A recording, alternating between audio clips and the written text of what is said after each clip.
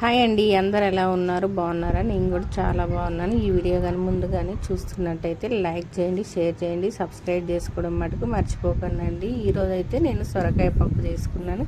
ఎవరైనా బ్యాచిలర్స్ కానీ ఇంకా మనం పొద్దున్నే డ్యూటీలకు వెళ్ళే వాళ్ళు, స్కూల్కి వెళ్ళే వాళ్ళు ఉంటారు, త్వరగా కావాలని అనుకుంటారు కదా. ఇలాగైతే సింపుల్గా చేసేసుకోండి, ఈజీగా అయిపోతుంది.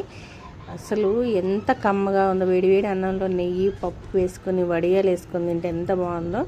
ఇక్కడ వచ్చేసి పావు కిలో కందిపప్పు తీసుకొని 2 సార్లు శుభ్రంగా కడిగి నానబెట్టేసి అయితే పెట్టుకున్నా. అలాగే టమాటా, పసుపు, చింతపండు, పచ్చిమిర్చి, ఆనియన్స్, సొరకాయ ఇలా అయితే కట్ చేసి మీడియం సైజ్ తీసుకున్నాను. సొరకాయ కట్ చేసి అయితే పెట్టుకున్నాను. ఇంక ఇవన్నీ మనం కుక్కర్లో వేసుకోవడమేనండి. రెడీగా ఇలా కట్ చేసి పెట్టుకున్నామంటే చాలు. నేను పావు కిలో తీసుకున్నాను అని చెప్పాను కదా, ఒక మీడియం సైజ్ సొరకాయ అయితే తీసుకున్నాను. ఇలా చిన్నగా అంటే మరీ చిన్నగా కాదు, కొంచెం మీడియం సైజులో అయితే కట్ చేసుకొని వేసుకోండి.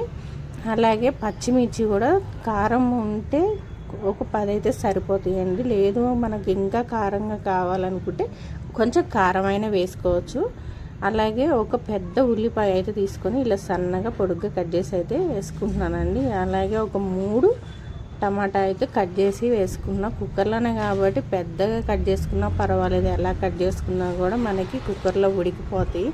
ఒక 1 టేబుల్ స్పూన్ దాకా అయితే పసుపు వేసుకున్నాను.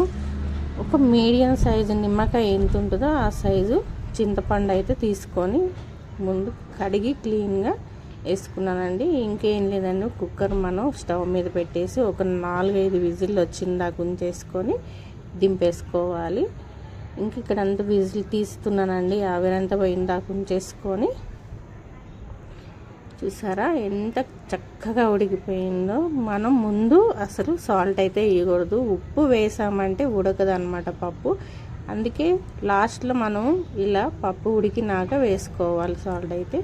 ఇంకా నేను పప్పు ఎనుపుకుంటున్నానండి. పప్పు గుత్తి తీసుకొని మంచిగా మెత్తగా రుబ్బేసుకున్నామంటే పప్పు అయితే రెడీ అయిపోయింది. సాల్ట్ సరిపడా వేసుకోండి, మనకి ఎంత అవసరమో అంత చూసేసుకోండి. ఒక 2 టేబుల్ స్పూన్ దాకా అయితే నేనైతే వేసుకున్నాను. ఇంకా పోపు పెట్టేసుకుంటే మనకి సొరకాయ పప్పు అయితే రెడీ అయిపోతుందండి. ఒక ప్యాన్ పెట్టేసుకొని 2 టేబుల్ స్పూన్ దాకా ఆయిల్ అయితే వేసుకున్నాను. ఒక 1 టేబుల్ స్పూన్ దాకా జీలకర్ర, ఒక 1 టేబుల్ స్పూన్ ఆవాలు, సన్నగా తరిగిన ఆనియన్స్, 2 ఎండుమిర్చి వేసుకొని బాగా ఫ్రై చేసుకోవాలండి. చిటపటలాడుతుంది చూడండి, ఆయిల్ ఇలా పైన పడుతుంది నాకు కూడా. ఎల్లిపాయ కొంచెం ఒక 4-5 రెబ్బలు తీసుకొని ఒక్కసారి అలా దంచి వేసుకోవాలి. భలే ఉంటుందండి ఎల్లిపాయ ఫ్లేవర్ అయితే. కరివేపాకు, పచ్చి కరివేపాకు వేసుకున్నాను. కొత్తిమీర కూడా ఉంటే వేసుకోండి, నా దగ్గర లేదు కాబట్టి వేయలేదు. ఇంకా మన పప్పు అయితే ముందే రుబ్బి పెట్టుకున్నాం కదా, తాలింపు పెట్టేసి ఇలా మూత పెట్టేసి 1 నిమిషం స్టవ్ మీద పెట్టేసి దింపేసుకోవడమే. నేను కూడా చాలా హడావిడిగా చేశాను. పిల్లలకి స్కూల్కి వెళ్తున్నారు, బాక్స్ కట్టాలి కాబట్టి చకచక చేసి నేనైతే ఇక్కడ చూపిస్తున్నానండి. పిల్లలకి బాక్స్కి అయితే కలుపుతున్నాను. అస్సలు వేడి రైస్లో వేడి పప్పు వేసుకొని నెయ్యి వేసుకొని తింటే ఎంత కమ్మగా ఉందో. నిజంగా మా పిల్లలు మామూలుగా పప్పు చేస్తే తినరు అంత ఇష్టంగా. ఇయ్యాలైతే చాలా బాగుంది మమ్మీ అని సొరకాయ పప్పు తిన్నారండి, చాలా బాగుంది. వడియాలు కూడా పెట్టాను. ఈ వీడియో నచ్చితే లైక్, షేర్, సబ్స్క్రైబ్.